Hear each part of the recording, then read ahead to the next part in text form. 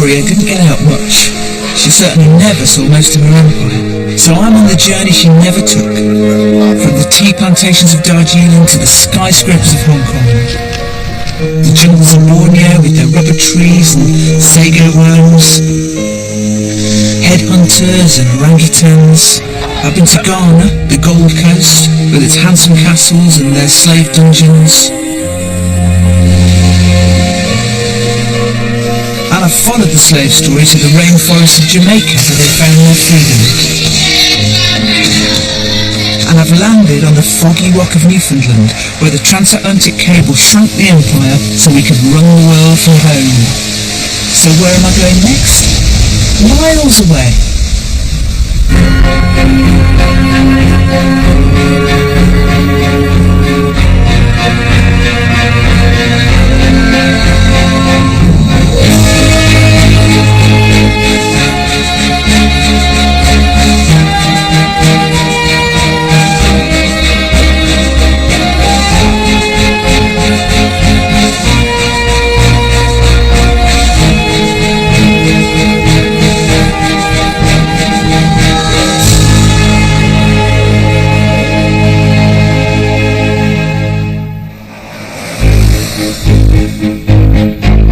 Headed halfway around the world to a country so beautiful the first British settlers couldn't believe their luck when they saw it. What a shame there were some people already living there. Let's see if they'll hutch up. So I'm off to New Zealand, to the Bay of Islands. New Zealand has a North and a South Island, and we're at the tip of the North Island. It's supposed to have the second bluest sky in the world. Do you think they're pleased about that, or is it a bit annoying to come second? Are you looking at it now thinking, I've seen bluer? No one's sure, but they think the first settlers only came here about 1,000 years ago. They migrated from eastern Polynesia, and it's those Polynesians who became the Maori. They were hunters, they were fishermen, and they were warriors.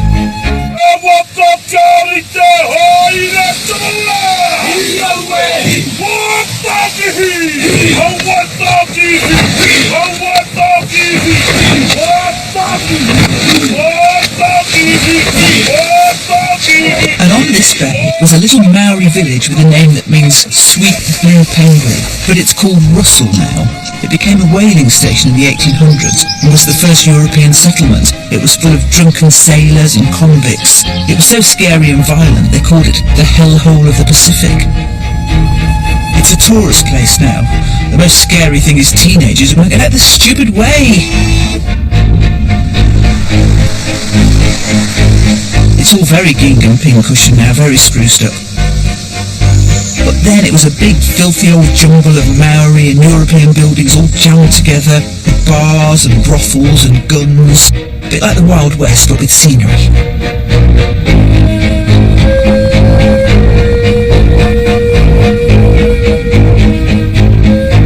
But not far from where the drunks and deserters of Russell were crashing in and out of swing doors was a more peaceful place. A place where you didn't need to fight, where you could take a breath and feel that perhaps the worst of your struggles were over.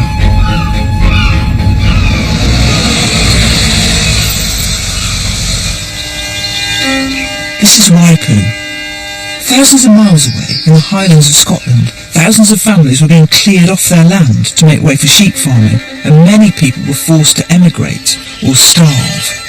In 1817, Norman MacLeod, a Highland minister, set out with his family and followers to a new life in Nova Scotia in Canada, where they would have land and freedom to worship how they wanted.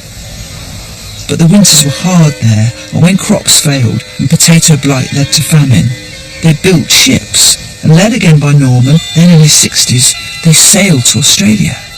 But the gold rush had put the price of land out of their reach, and they set sail for the last time and landed here, in Waipu.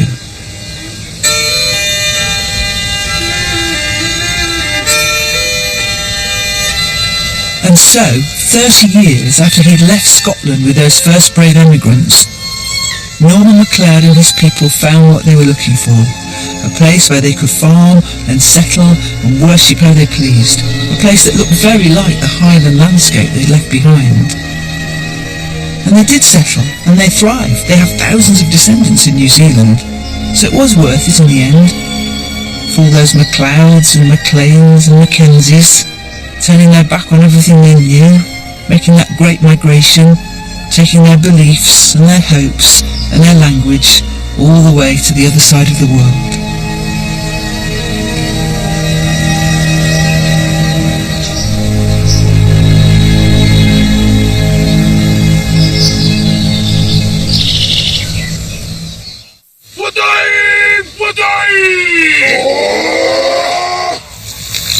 But New Zealand wasn't just a haven for emigrants, it was the land of the Maori.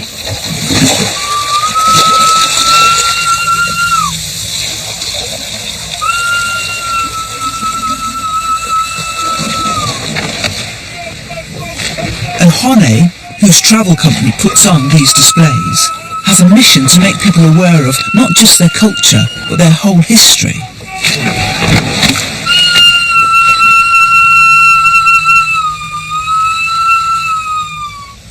So, Honey, the Maori people were here before the white people came. What was it like? Must have been beautiful. There were no fences. There were no walls. There were no boundaries. Everything was open from the sky to the sea to the land. It was a sacred house of the Ngāpuhi people. And by the way, welcome to our house. Kia ora. So what happened when the white people first came? It was a good time. Our ancestors saw the potential for a new type of economic development internationally. So it was originally beneficial? Very beneficial. And how long did that state go on for? Until the Treaty of Waitangi. Okay, the Treaty of Waitangi, which was signed in February 1840, is an agreement between the Maori and the British. Two versions, one in each language. It aimed to give protection to the Maori and allow for British settlement. But there is no direct translation between the two languages, and both sides seem to have slightly different understandings of the meaning of the words used.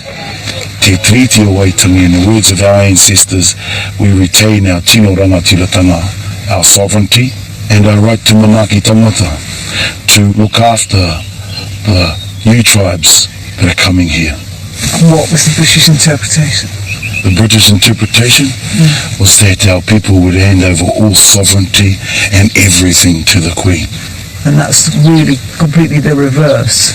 For some reason, the British thought that we really needed them to look after us. I know, I keep hearing this. Every country we go to. However, we didn't need no one to look after us. I know. We had done a marvellous job of doing that long before first contact with the European.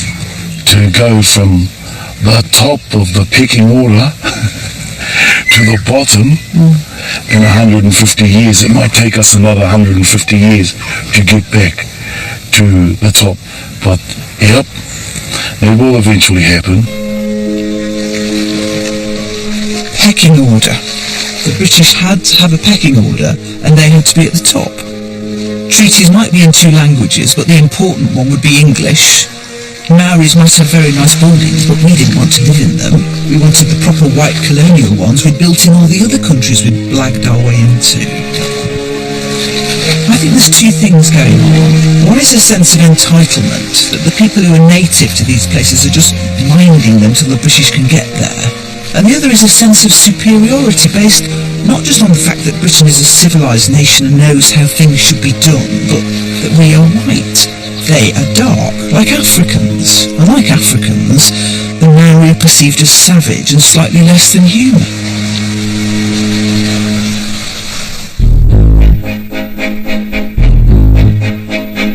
Russell's more or less a tourist place now, and to get an idea of how the whole European Maori hoo-ha played out, we have to go to somewhere bigger, so we're going to Auckland.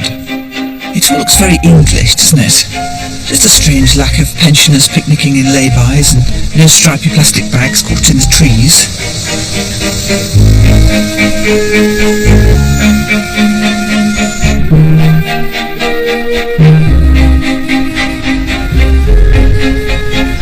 here we are, Auckland, always turning up in the top 5 cities in the world for quality of life.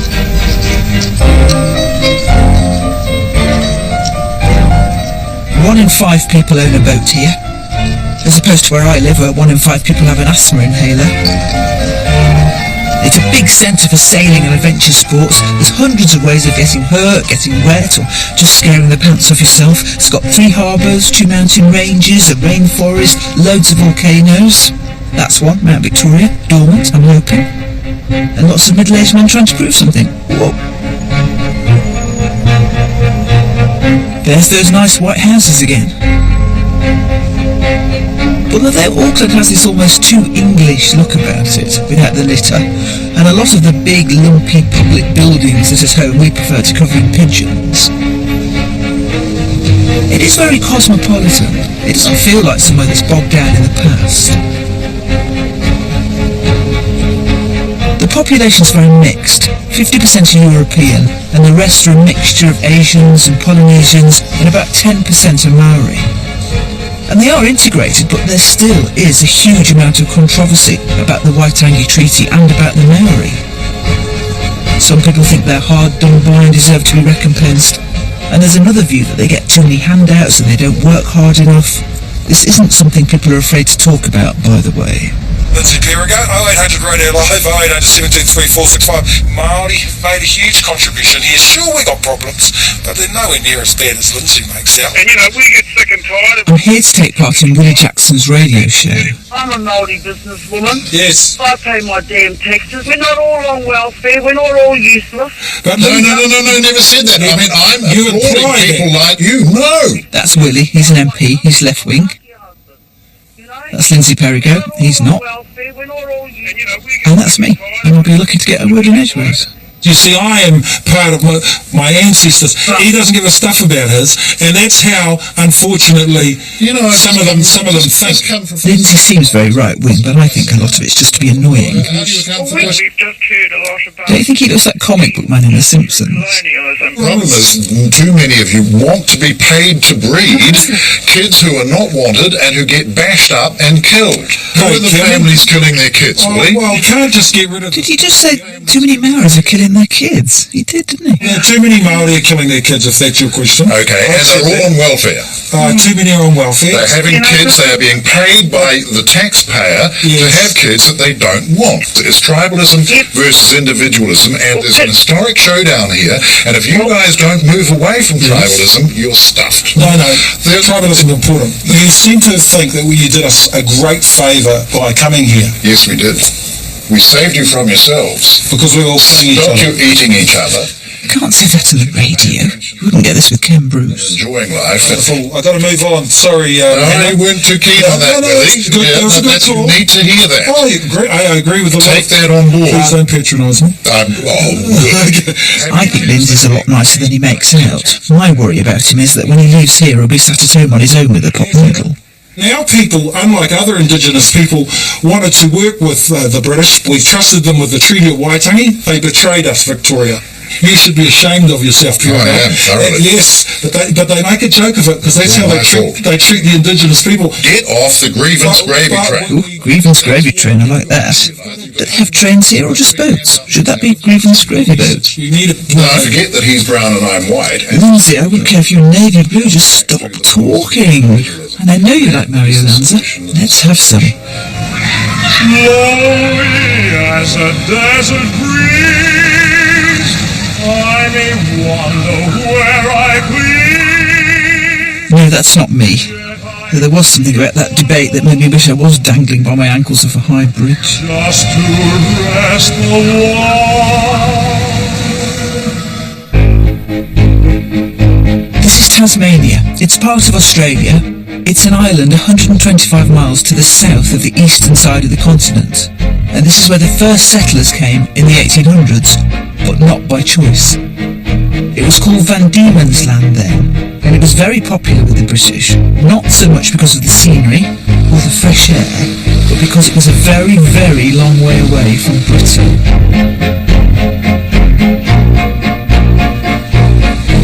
And if you had a load of convicts you didn't have room for at home, We could ship them out here, sweep them under the colonial carpet, and forget about them.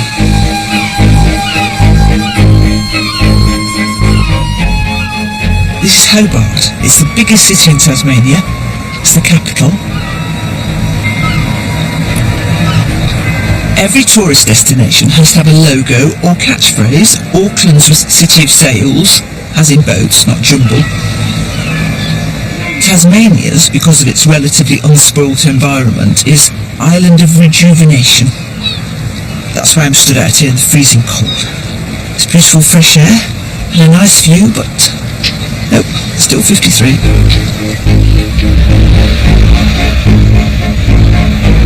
And I know I sound like some old Nelly saying, "Oh, it's lovely fresh air," but it does feel like the cleanest place in the world. And I don't just mean compared with places like London, which is like having an old net curtain over your face. Even coming from Newfoundland, you can notice the difference. And I've just realised why it looks English but not, is that there's no people. There's nobody about. Anywhere this pretty at home would be awash with ramblers with maps around their necks and coach parties of biddies looking for a sit down. And it is pretty, isn't it? It's like Midsummer Murders without the acting. You know, real travellers are very sniffy about tourists, and they come back from places they it's full of tourists. Well, I am one of those tourists that places are full of, and I'm quite unashamed about it, because I really like being a tourist. I like being told what to do and what to look at, and I'll go and look at any museum, Bakelite, ball bearings. I love any place where there's a lady in a mob cap pretending to be somebody from the olden days. And I really like real places, and I especially like prisons. I think there's something about going to the actual place where somebody was kept, to stand on the stones, to stand in the cell, to be within those walls, and think that that any of us could have ended up in one of those places, especially coming to somewhere like Australia or Tasmania, and you know that so many British convicts were transported there for really quite small crimes, or things I've actually done myself, like shoplifting. You don't need to know that, but I've told you now. Things like stealing a loaf of bread, or taking a hanky, or keeping somebody's laundry, and they were sent so many miles and ended up in that tiny space.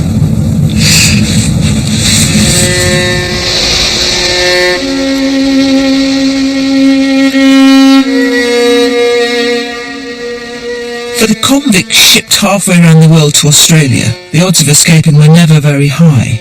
But here on this peninsula, they shrank to almost zero. This prison, Port Arthur, is surrounded on three sides by water.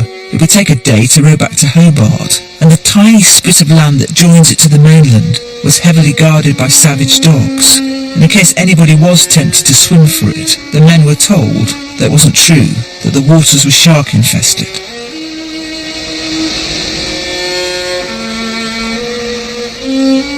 We've seen this all over the Empire. A beautiful landscape with a big old incongruous box plonked on it. British bricks and iron bars. Port Arthur was modelled on Pentonville. But in Pentonville you at least had the chance of news from the outside world. You were behind bars, but you were at home. The prisoners who landed here to start their sentence must have felt they'd arrived at the end of the world. When they arrive, they're marched off the ship and they're read about an hour and a half's worth of regulations, all of which they're expected to remember on pain of punishment. Yeah. Julia, who works here, said it's mainly the tough guys who got sent here, the persistent reoffenders, but still seems a bit drastic. Then they're marched down to here, where they're given their clothes, banged up in a cell with a wooden door with a little hatch in it that your food would be put through. Those walls are the cell walls. That's the width of the cell. In the middle of all this openness, they were confined in the smallest possible space. They work from dawn to dusk, felling enormous trees, 150 feet long, carrying them bodily out of the forest. Are they chained up while they're doing that? They are. And they might also be sent to the quarries, where they're quarrying the stone that build the buildings for Port Arthur. In later periods, if they're exceptionally badly behaved, they're sent off round to the coal mines. And what was the general length of the sentence? A lot of men came here with anything from 7 to 21 years, but if they kept reoffending, time was simply added to their sentence, and some men were here for 40 years. It wasn't all adults. There was a separate block for young offenders, the British Empire's first juvenile detention centre. A lot of the boys were street kids from the slums of England's industrial cities. How old were they? The youngest was 9. It was young James Lynch, who was transported for stealing 3 boxes of toys. Not exactly heroin, is it? When you hear about these really harsh conditions, you always want someone to have done something ingenious and got away. We know about someone who nearly got away, Billy Hunt. Billy Hunt was an actor by trade, and he escaped and made his way to Eagle Hawk Neck. And not far from Eagle Hawk Neck, he found a dead kangaroo. So he skinned the kangaroo and put the hide on and decided he was going to hop across Eagle Hawk Neck. So he put the kangaroo skin on and he's hopping across the neck. But one of the soldiers on duty thought, that looks like a delicious addition to tonight's menu, and raised his rifle, and Billy Hunt threw off the kangaroo skin and said, "Don't shoot, it's only Billy Hunt." That's brilliant. Yeah. So he never got away? He didn't get away. What was he in for? Nothing terribly serious. Overacting? Yes.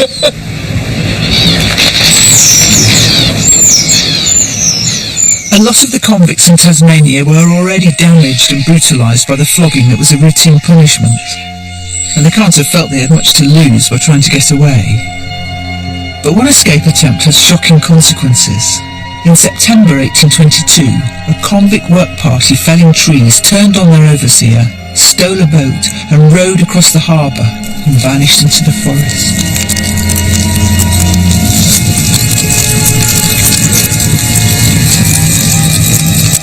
Greenhill and his friend Travis led the way. At the end of the first day, they baked flour and water over the fire and ate it, but the flour had been laced with something to stop the prisoners hoarding it, and it made them hallucinate, which didn't really help what was to follow. At the end of the first week, they'd eaten all their rations, so they took their kangaroo skin jackets and roasted them over the fire and ate them. The next night, a man Kennelly said to another man Pierce that he was so hungry he could eat a man. And Greenhill, obviously not famed for his sense of humour, went, and he gathered them together and he said, "I think we should eat a man, but I think we should agree that we will all do it." That night, one of the men, Dalton, was lying by the fire asleep. They came up with an axe, hit him over the head, killed him. They roasted his heart and liver over the fire, and they chopped up the rest of them and put it in their pockets for tomorrow's packed lunch. The next day they drew lots to see who should be killed. It was a man called Thomas Bodenham. He knelt by the fire to make his peace with God. They bonked him on the head with an axe, killed him, and ate him. They walked on through the forest. Travis is bitten on the foot by a deadly snake and lies down and says, "Just leave me, I want to die." Well, they don't want to leave him because he's dinner. So they pick him up, drag him a little bit further. His foot turns black. He says he can't walk any further. Greenhill looks down on him, kills him, cries, eats him. So then there's only 2 of them left. There's Greenhill and Pierce. So that night they're sitting on either side of the fire. They're staring at each other. They know whichever one falls asleep first has had it. Hours pass. Eventually, Greenhill's eyes start to close. He's asleep on the ground with the axe under his head. Pierce tiptoes over, takes the axe from under his head, hits him, kills him, eats his arm, eats his leg, runs into a field screaming mad, and is just tearing into a lamb when he's arrested by a sheep farmer with a gun. They took Pierce back to the prison, and he told them the story of the cannibalism, and they didn't believe him. They thought he was making a cover story for all the others that had escaped and were still alive. A year later, he escaped again and ate another convict. And then they believed him.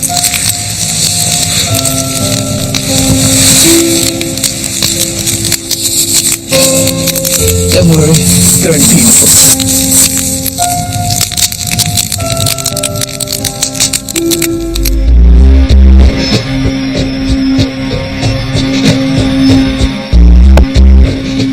The convicts who served their sentences and didn't eat each other's arms and legs or dress up as kangaroos often chose to settle here rather than take that long, hazardous journey home to Britain. But Australia was a huge unknown continent. The interior was unmapped and unexplored. The state of Victoria was hugely rich because of its goldfields. and the money was there for a big expedition that would unlock the secrets of the interior and show the rest of the world that they were a knowledgeable and sophisticated society. The expedition was led by two men, Burke and Wills, and it was a risky trip to undertake with no bush survival skills amongst the party. Les Hiddens is an expert in the outback, and he thinks it was doomed before it started. But they put this thing together, and it was like a circus, because it was camels, and the entourage went for something like a quarter of a mile. They even carried along, gallons and gallons of rum for the camels, not for the men. They even had folded boats and things like that in case they found an inland sea. And that was pretty common thought process in those days. Well, there must be a sea in the middle somewhere. Yeah, because the rivers seemed to indicate that there would be something, feeding the rivers in there. And as they went across the countryside, they had this quaint idea of spreading Englishness to the natives, you see. And what they did, they gave away to the local Aboriginals Union Jack handkerchiefs. Very useful. They were aiming to get from Melbourne all the way to the undiscovered north coast. They travelled with all the horses and the camels up to Cooper's Creek, where they set up a base camp. Then Burke and Wills carried on, leaving the others behind to wait for them. They did reach the coast, but it took a lot longer than they thought, and by the time they returned to the camp, the main party had left. Burke and Wills never found the food and water that the others had buried against their return, and having no idea how to survive in this environment, within a month, both had starved to death. But as Les was telling me, if they'd known what to look for in the bush, they could have survived. But there were, of course, along the way, different foods and things that they could have eaten that they'd taken out of note and been familiar with them. It was. Well, obviously, there's a thing called a bloodwood apple that grows on a eucalypt tree. You can see the leaves of the eucalypt there. Yeah. And we'll just snap that off. Okay, now. Watch your foot. Yeah, really, try to keep my leg. That there is a little grub. Turns into a moth eventually and finds his way out. Oh, I'm vegetarian. But it's an insect that's eating vegetables. That's right. Made out. That's right. He's vegetarian. Yeah, okay. Alright. And you can actually eat the surround inside there as well. Yeah. I wouldn't be rushing to correct them. They're quite bitter. Yeah, well, that's a fairly young one, that one. And this other thing here. Like balsa wood. Yeah, it does a bit, doesn't it? Or a bit like coconut, actually. It's not quite as nice as that. And this thing here grows off the vine. They call it a bush banana. But just try some of those seed pods there. Yeah, they're like cucumber seeds. Or melon seeds. They're like peas. They're like really, really tiny peas. What's more? Do you know, actually, I don't.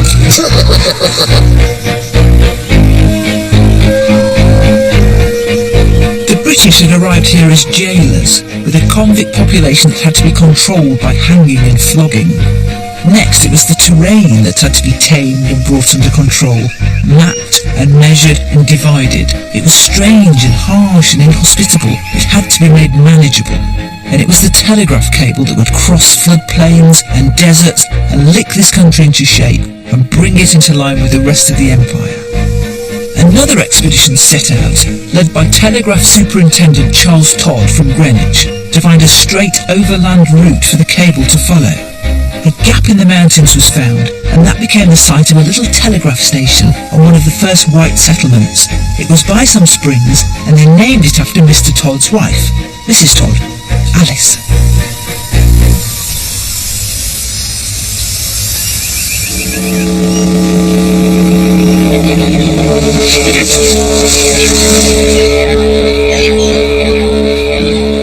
It might have looked like an empty country to the surveyors and linemen trying to lay the telegraph cable, but it wasn't. There were people here already. Not the poor savages, the black fellas of my school geography book, thinly scattered and on the verge of extinction. But tribe after tribe all over Australia. People with a rich culture, a stable society, who didn't need artificial constructs like fences or houses, because they knew more than the whites ever would about their own land and how to live with its rhythms. My guide in Alice Springs was Arthur Archie. His own family suffered at the hands of the white settlers, and he told me how the Aborigine lived before their lives were disrupted. Aboriginal people was resourcing what Mother Nature had to give. They had to know exactly about where the food was, where the water was. The food chain that was above, what was above ground, what was below ground. Then they had to know all about the climate. They had to know seasons, because if we don't look after the land and everything that comes from it, then we don't survive. Even though they can utilise the things of today, like the motor vehicle and the telephones, everything like that, but where their home and where their heart is back in the country. There was nothing as conciliatory as the Waitangi Treaty between the white Australian and the Aborigine. They called them blackfellas. They could be shot on sight if they were in groups of 6 or more. Some were even poisoned, offered rations laced with strychnine, described by an official as something to keep the niggers quiet. Even within Arthur's lifetime, the native Australian could still be someone to be feared and destroyed. Arthur, what do you think it was that meant when white people arrived, the Aborigines did not find a way of overcoming them and repelling them? Well, the Aboriginal people, the only thing they had was spears and boomerangs, right? Yeah. So they didn't have guns or anything? They never had guns. So it was just total massacres that took place. Not only with the men, but also women and children. Anyone that was running and moving was shot down. My grandfather, if it wasn't a certain place called Glorious Lagoon, where 400 men got shot, and it was him and a couple of others, if that lagoon wasn't full, when they jumped in the water and swam underwater and got out of the road of bullets, then I wouldn't be sitting here talking to you today.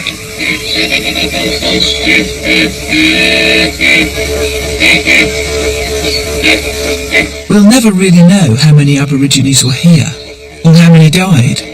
They think in the first 100 or so years of British occupation, at least 20,000 may have been killed. It wasn't until 1967 that they were even included in the census and given full legal status as Australian citizens.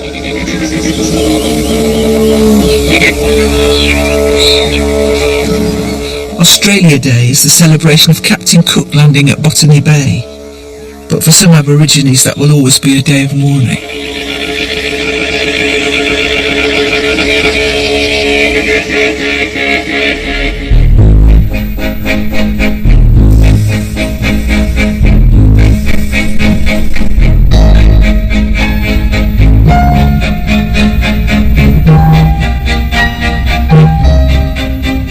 This is Ballarat, Australia's biggest inland city. It has wide streets, big buildings, and although the architecture would have looked familiar to anyone arriving from the old country, there was a new spirit here. The buildings were posh, but it didn't matter if you weren't. A public school education or a title were no use to you here. What counted was industry, determination, a willingness to take a punt. A convict who'd served his time had as much chance as anybody of making his way in the world, especially here. Because here in Victoria, in Ballarat in 1851, someone found gold, and suddenly not just ex-cons but labourers and farmhands were chucking in their jobs and heading this way. Gold fever was catching and the word was out. If you could get here and had the strength to hold a pickaxe, you could be one of the lucky ones who made their fortune and set themselves up for life. People came vast distances, burning their bridges, and they couldn't be sure till they got here that the whole gold story was actually true. There's a brilliant book about the Ballarat goldfields by Robin and Mia. It's part of her family history. Her pregnant great-great-grandmother made that very journey. So imagine people travelling across the world on this incredibly hazardous voyage on the strength of what may have turned out to be a rumour. So they were incredibly relieved when they turned up and they were digging. And people told them it's true, and even showed them gold dust from their pockets. And I imagine it's a huge sea of tents, like a huge rock festival. There was certainly lots of mud, so it was very much like really inflated prices. Not quite so much nudity as you'd see at a rock festival. No, you have huge beards. Lots of beards, yeah. So you tipped up, you paid for your permit. Yep. You marked out your spot. Yes, your claim. And you got going. You got going. They heard the goldfields before they saw them, not just the sounds of picks, but also the sounds of people washing the gold-carrying dirt along the creek bank. So thousands of people. What did you do? You sort of rinsed it out? You sort of rinsed it out, you swivelled it back and forth. And then you saw what? A little glint. You start off with a trough full of gravel and you end up in the space of a few minutes with just a tiny bit of sand and, if you're lucky, a glint of gold. A lot of them made fortunes. Did they? Some made enough to, buy a farm, basically. And that was their aim. So it really set people up for life, and not just a life like they'd had before, but a whole new life.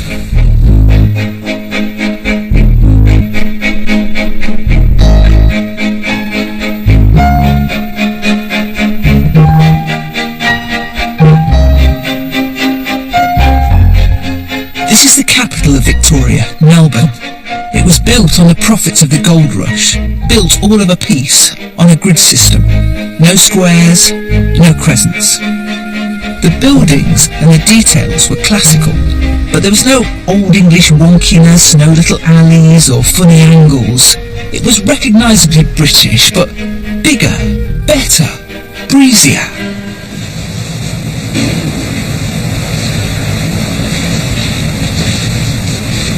One of the oldest buildings in Melbourne is the jail. It's a museum now, and in each cell they have the death mask of an inmate, of a hanged prisoner. They'd cut them down, shave their heads, and make the mask. And using phrenology, which is reading the bumps on the skull, they would try and determine the character of the hanged man. They might even come to the conclusion that he'd had criminal tendencies.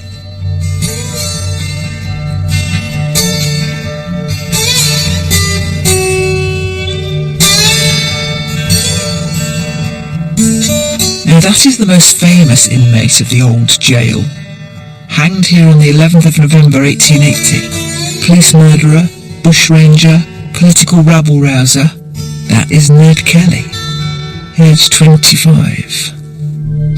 He was an Irish Catholic and the son of a convict, so that was 2 strikes against him with the authorities. He ambushed and shot dead 3 policemen. He was declared an outlaw, which meant anybody could shoot him on sight. But he had a lot of supporters who believed the Irish were victimised by the police, and he dodged the law and was in hiding for 2 years. He was captured in the end after a shootout in this armour he'd made from bits of iron plough. The bullets bounced off his head and chest, but the police shot his legs out from under him. And he was taken to Melbourne, where he was sentenced to death by hanging. And that's where they hanged him. They love him here, Ned Kelly. There's books about him and paintings. So many people have been asking me about this story. Even his mother gets a look in. I'm Mrs. Kelly, all right. Tell you the real story. What happened to me? My boys. And our family. And not really his mother, obviously, because his mother would be about 138 years. Government, police, landowners. Mostly all English here. Just the same as back home in Ireland.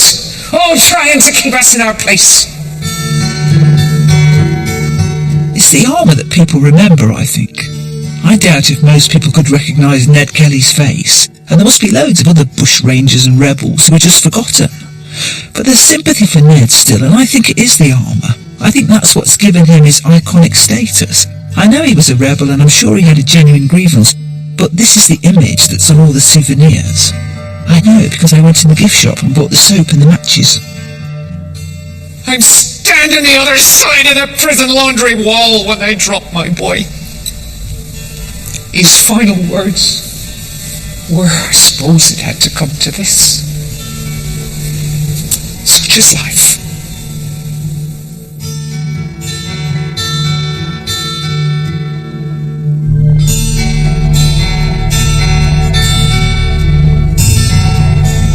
I think Australians projected onto Ned Kelly the qualities they wished for themselves: rebelliousness, independence, a refusal to bow to authority. It was a new country, and that required a new hero.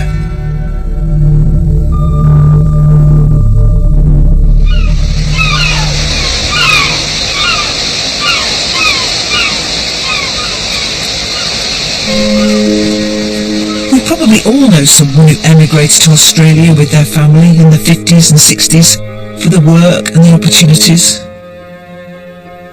What you may never have heard about are the British orphans who came out here, sourced from care homes and orphanages, sailing away from damp old England to an exciting life in a sunny country someone had never even heard of.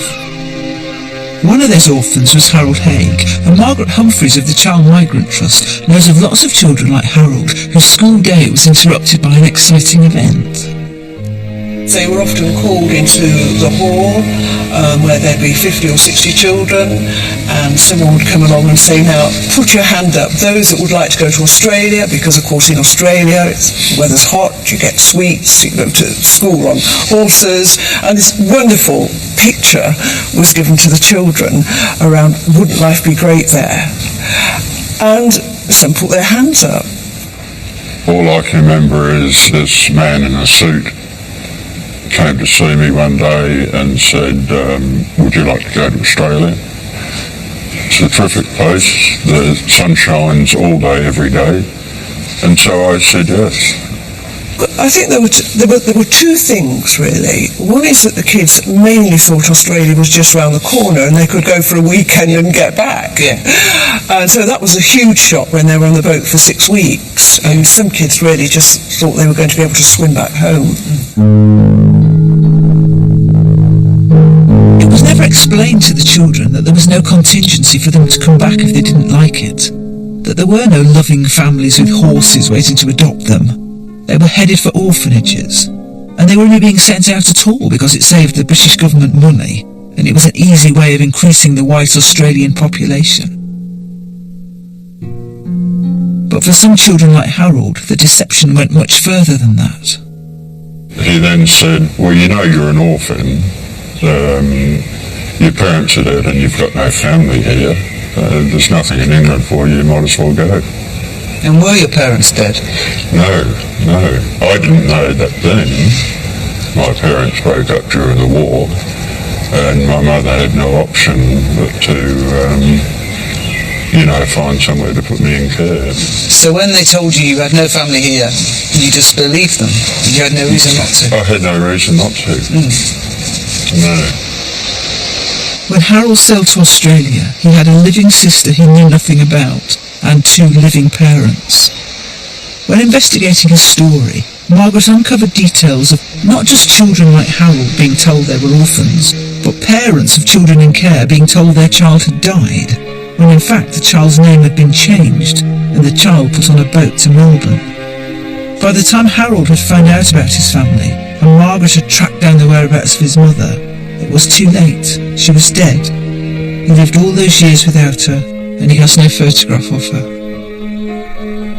These bravely smiling, waving, trusting children were double-crossed by 2 governments working in tandem for their own ends, conned and lied to, sailing so hopefully to a life of loneliness and neglect often, abuse sometimes, marching into a country where it would take more than a pair of boxing gloves to fight for their rights.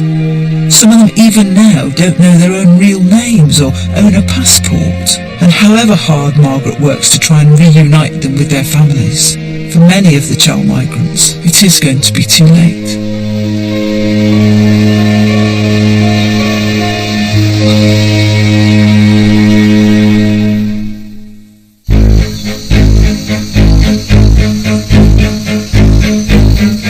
Queen Victoria was doing jolly well with her world domination.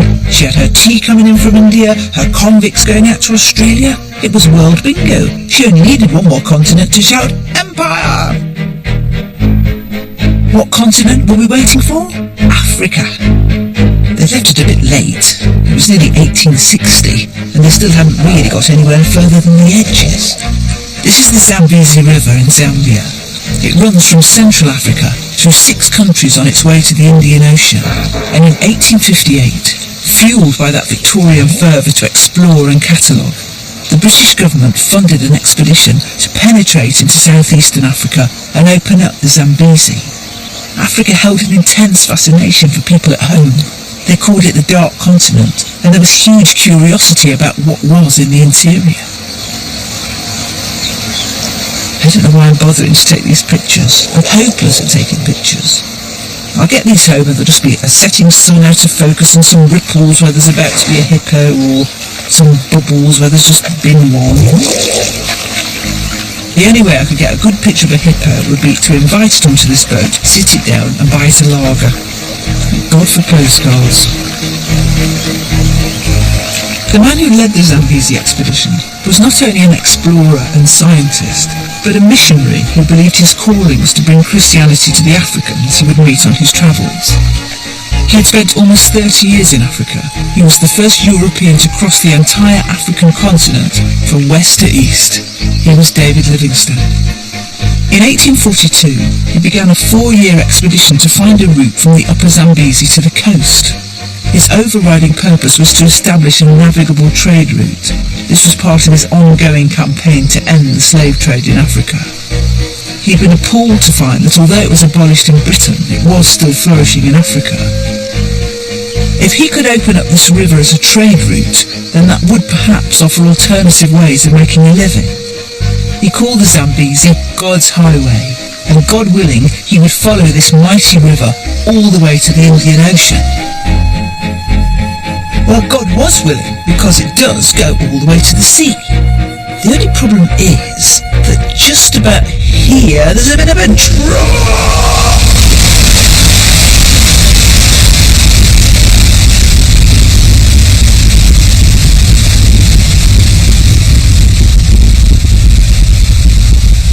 But you know, once you've navigated that 400-foot drop and you're out of hospital, it's fairly plain sailing all the way to the coast.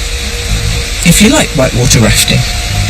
If only Livingstone had realised adventure sports were the future, he could have told the traders, get rid of the slaves, get some rubber boats and a few life jackets.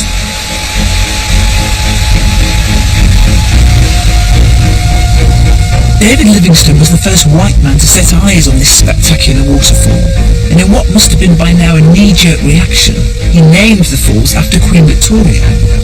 The people who lived here had cheekily given them their own name some time before, Mosi Iwatuni, the smoke that thunders. And what they thought was the Scottish missionary renaming them after a queen they'd never heard of, who'd never seen them, we don't know.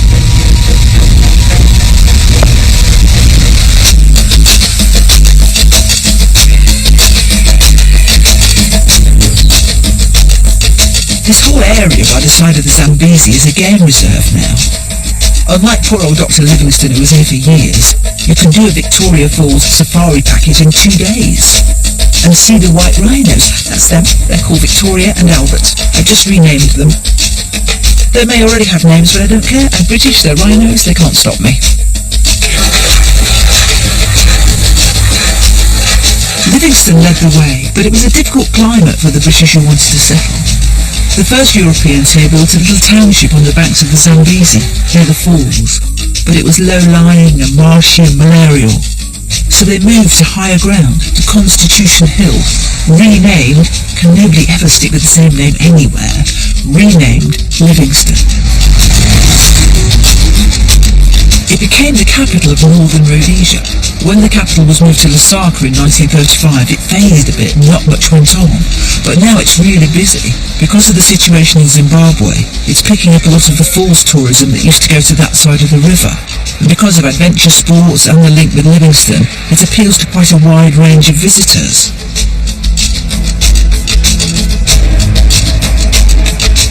I know these churches might look a bit out of place, not very African, but those first English missionaries, perhaps that was all they could draw.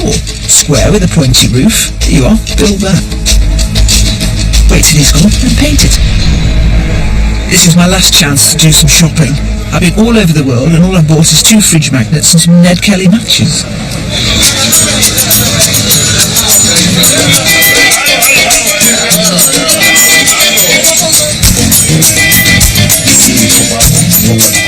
Livingstone has this huge market, and it's down here where most of the Africans used to live in colonial times. The white people were up on the hill away from the heat and the flies. But Luxon, who's our guide, says it's not like that now. He lives on top of the hill.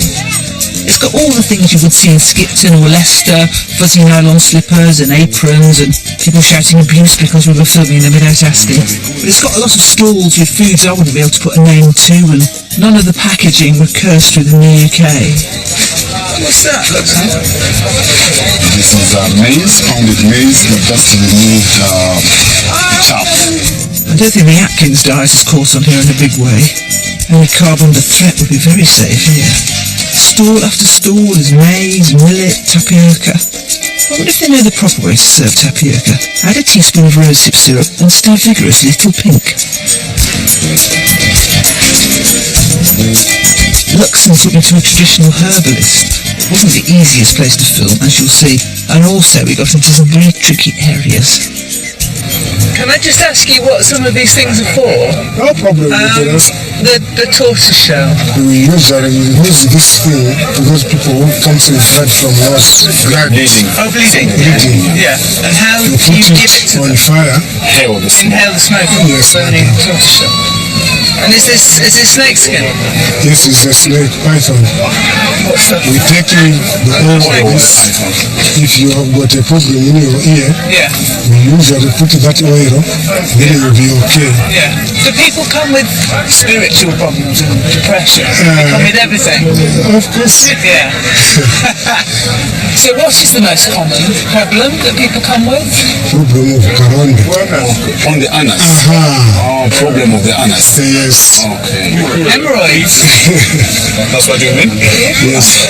There is a very, very few problems which are You can't deal with that. yes, like HIV HIV. and AIDS. Okay, you can't cure that. I don't manage. What are the feathers for? This It's is for cleaning. cleaning. It's not a remedy. Sure. What are these things in here? This is for special for women. A lady have got a problem to her vagina. Oh dear. If she's very big, Please. then she can get this and put it. I'm not listening.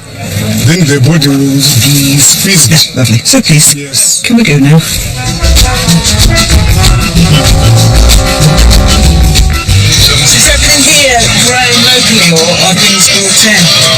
Most of the things are grown locally and some of them are from the bush. What's that? This is a very delicious. Yeah, it's like beetroot. Beetroot, is it? Yeah, but it's from the bush. It's not cultivated. It's a very good vegetable. It's like Viagra also. Is it Viagra? Is that why it's so popular? Yeah, maybe. You want us to get some? Be wasted on me, darling. I might take some home with me though. Yeah. Thank you, thanks very much. Carry this shopping.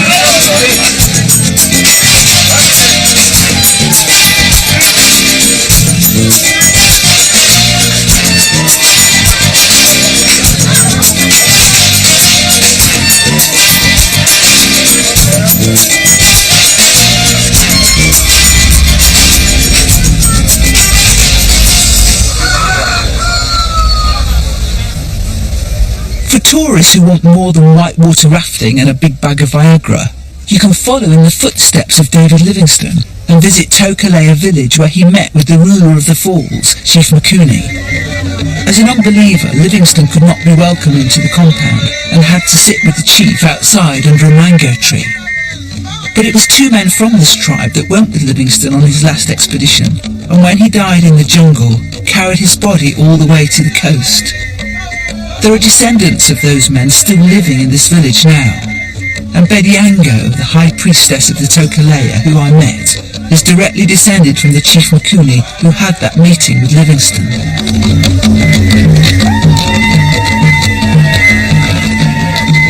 We walked to the mango tree where Livingstone and Bediango's ancestor had sat and talked more than 150 years ago.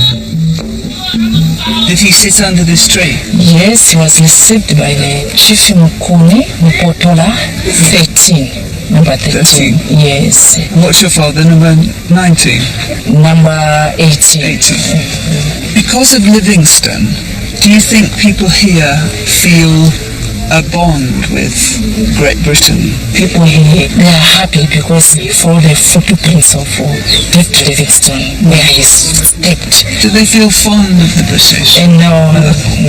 Fair enough, just thought I should ask. This village is a tourist attraction. It's on all the websites. You can come here as part of a package. And the present Chief Makuni is trying to strike that difficult balance between preserving their way of life and displaying it for the money it brings in. And they do now depend on tourism to survive. And it is a real village. It's not put on for tourists.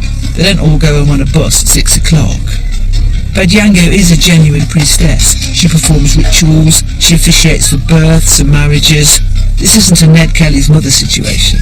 So you are encouraged to wander around, but some bits are obviously more aimed at tourists than others. And it's hard to know which are the mud huts you're allowed to peer into and which are just the mud huts people are living in. I just say to Badyango, a few signposts wouldn't come amiss.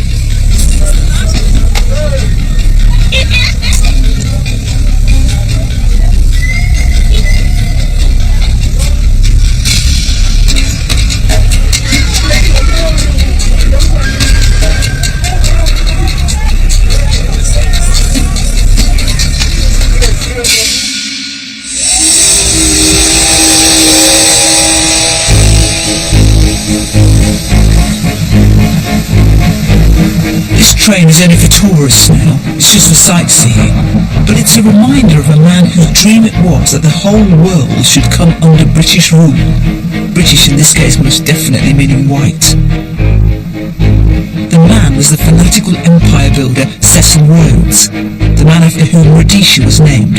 Could have been worse, could have been northern and southern Sicilia.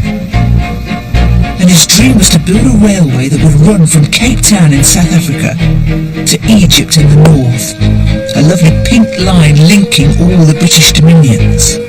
In his lifetime, the line only got as far as just south of the falls, and even now there's a big section missing between Sudan and Uganda. So Rhodes was never able to see it used as he wished, as a method of getting white chaps in a hurry to where they were needed to keep the natives in check. But this bridge was his idea. It was his dream to span the Zambezi at the falls with a railway bridge. It would have been easier to span the river a few miles upstream where it's narrower. But Rhodes wanted the spray of the falls to hit the carriages. Rhodes not being the one who would have to clean the windows. So although he does seem to have been almost criminally and racially bonkers, we have to thank him for this. It was meant as a huge imperial two fingers, but let's take it for what it is. A wonderful piece of engineering designed by the same man who built Sydney Harbour Bridge to get you from one side of the Zambezi to the other.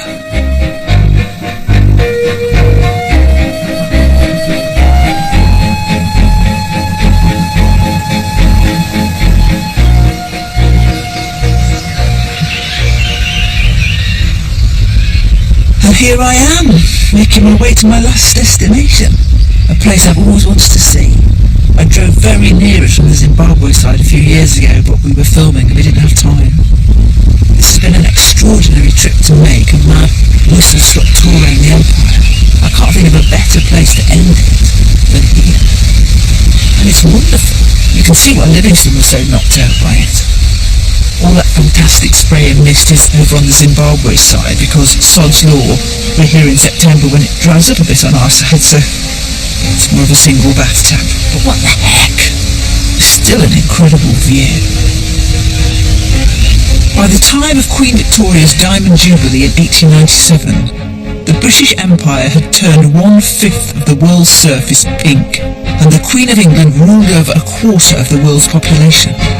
They used to say the sun never set on the British Empire, and it didn't. When the sun went down in Blighty, it was still only tea time in the Sandwich Islands, lunchtime in Winnipeg, and in Western Samoa they barely had breakfast. From Bombay to the Gambia, at any given moment, the sun had got his hat on, and that hat was made in Britain. the more I've gone from country to country, the less I feel able to do any sort of clever, end of documentary, smarty pants type summing up. Because the empire isn't one thing, it's so many threads. If you go right back to the beginning, it's about state-sponsored piracy. It becomes about stuff. It's about cod, it's about cotton, it's about tea, it's about coffee, it's about slaves. It's about people, mainly men, chancing their arms, seizing their opportunities to have a life that isn't possible in a very class-bound, tiny little island. It becomes then about moral responsibility, about people feeling genuinely superior to other races, having a moral duty to teach them how to live and how to worship. By the time you get to the Victorian era, it's actually a brand, it's a concept, it's a selling point.